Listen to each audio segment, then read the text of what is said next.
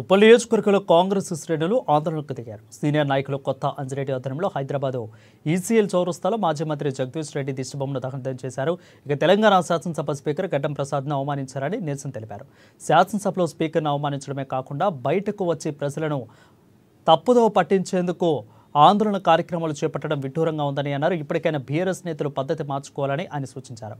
ఇక ఈ కార్యక్రమంలో కార్పొరేటర్ బొంతు శ్రీదేవి, మాజీ కార్పొరేటర్ పావని మణిపాల్ రెడ్డి, అదేవిధంగా కాంగ్రెస్ పార్టీ సీనియర్ నాయకులు బొత్స రాఘవరెడ్డి, ఇక నాయకులు కార్యకర్తలు పాల్గొన్నారు.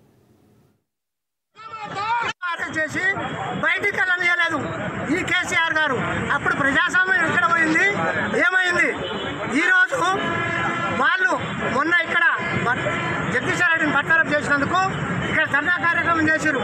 అంటే మీరు ఆలోచించండి, కాంగ్రెస్ గవర్నమెంట్లో అందరికీ ప్రజాస్వామ్యం ఉంది. ప్రజాస్వామ్యంగా వాళ్ళు ధర్నా చేస్తే కూడా కాంగ్రెస్ గవర్నమెంట్ ఎవరిని ఏమనలేదు. వాళ్ళు ఇష్టారాజ్యంగా ధర్నా చేసుకున్నారు. కానీ ఆ రోజు 10 ఏళ్ళు